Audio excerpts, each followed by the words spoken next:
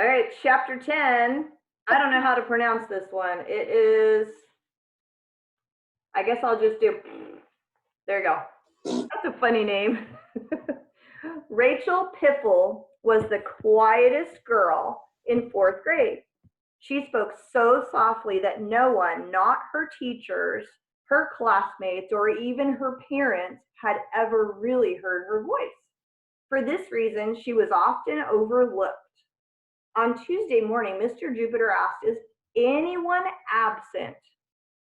Oh, my class, is anyone absent? Raise your hand if you're absent. There we go. The students looked around. "Rachel is," Missy finally said. Rachel, who was sitting at her desk, said softly. No one heard her. "Anyone else?" asked Mr. Jupiter. The students looked around again. "Just Rachel," said Emberly. Rachel said again. Mr. Jupiter wrote Rachel's name on the attendance slip. "Ashley B," he said, "will you take this to the office?" Rachel tried one last time. No one heard her. Mr. Jupiter clapped his hands. "Everyone, line up, please. It's time for music." Rachel loved music. She said joyfully. No one heard her. In the music room, Mr. Halfnote passed out instruments. "Oh, I bet you guys miss your band teacher." "That's a bummer. I should email him and see if he can talk to you guys or do a little bit of some music with you." Anyway, let me go back to the story. A triangle for Ashley Z, a tambourine for Bernadette, a slide trombone for Stanford, said Rachel. Mr. Halfnote didn't hear her. Rachel helped herself to a pair of cymbals.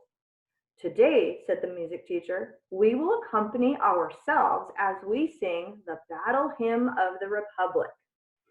In the back row, Rachel shivered in anticipation.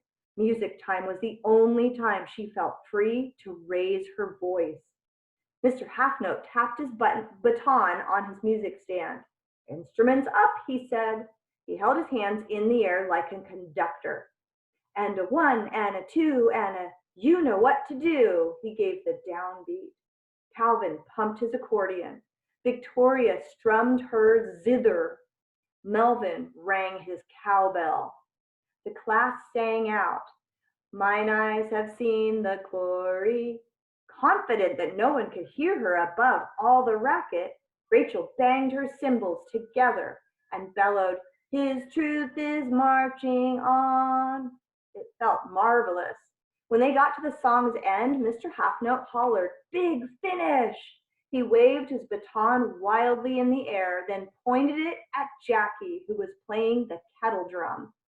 Jackie put all her heart and muscle into it. She pounded the drum. She pummeled the drum. "Heads up!" she yelped as one of the club-like drumsticks flew from her grasp and whistled through the air. It bounced off Ham's forehead. "Yow!" Bashed into Bruce's upper lip. "Ouch!" Ricocheted off Lil's elbow. "Owie!" Banged into Missy's tummy. Glanced off Rose's knee. "Yowza!" Bopped into Victoria. "Wah!" Smashed Bernadette's pinky. "Ow!" And rolled to a stop at Rachel's feet. So lost in the music was Rachel that she didn't notice the flying drumstick, her wounded classmates, or the fact that everyone else had stopped singing and playing their instrument. Instead, with eyes squeezed shut, she belted out, "Glory, glory, hallelujah." Ooh, sorry about that singing. The others couldn't believe their ears. Rachel Piffle was, "Are you okay?" cried Amisha. "She must be hurt if she's screaming like that," Emberly said to Bernadette. Melvin shook his head in confusion. "When did Rachel get here?" The others ignored him. Dropping their instruments, everyone raced to her side. At that moment, Rachel opened her eyes and turned as red as Mr. Jupiter's Japanese kimono. Are you bleeding? Asked Victoria. She rubbed her bruised backside. Rachel said softly. How many fingers am I holding up? Asked Bruce. He dabbed at his swollen lip. Rachel said. Speak to me, begged Ham. Speak to me. He swiped a trickle of blood from his forehead. Rachel said. The nurse, cried Mr. Hoffnote. We have to get her to the nurse. Rachel's cymbals crashed to the floor as the music teacher flung her over his shoulder and dashed down the hall to Nurse Betadine's office. Bruised and bleeding, the others staggered behind. Tell me where it hurts, said Nurse Betadine after Rachel had been placed on the cot. Rachel said, that's all she can say, really. Nurse Betadine applied a compress to Rachel's forehead, an ice pack to her knee, and a splint to her pinky. Will she be okay? Asked Lil, massaging her throbbing elbow. I don't know, Nurse Betadine frowned with worry. Popping a thermometer into Rachel's mouth, she shooed the others back to the classroom. Alone with her patient, the nurse began to fret. Does she need an ambulance? She asked herself. A hospital? A surgeon? Finally, as a last resort, the nurse unwrapped a Band-Aid and stuck it on Rachel.